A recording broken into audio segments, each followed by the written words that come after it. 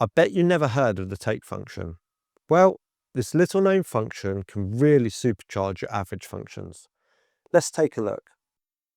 To get the average of the first 5 rows from the table below, open the average function, but then open a new take function.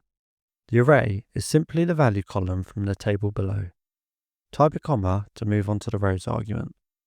For this first one, we want the first 5 rows, so type a 5 in here, then close out both functions. To get the average of the last 5, repeat the same process, but instead of putting a positive 5 in for the rows argument, put a minus 5 in. You're probably thinking this is no better than just using the average on its own. But what if you got more data?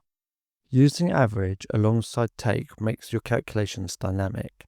So as your range expands, so does where the average value is coming from.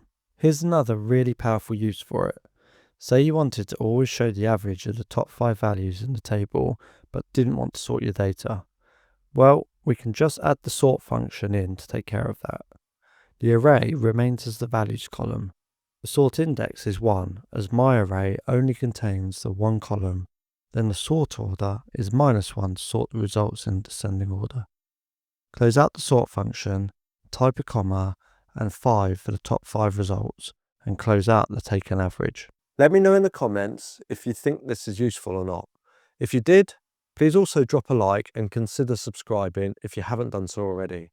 Thanks for watching, and I'll see you in the next video.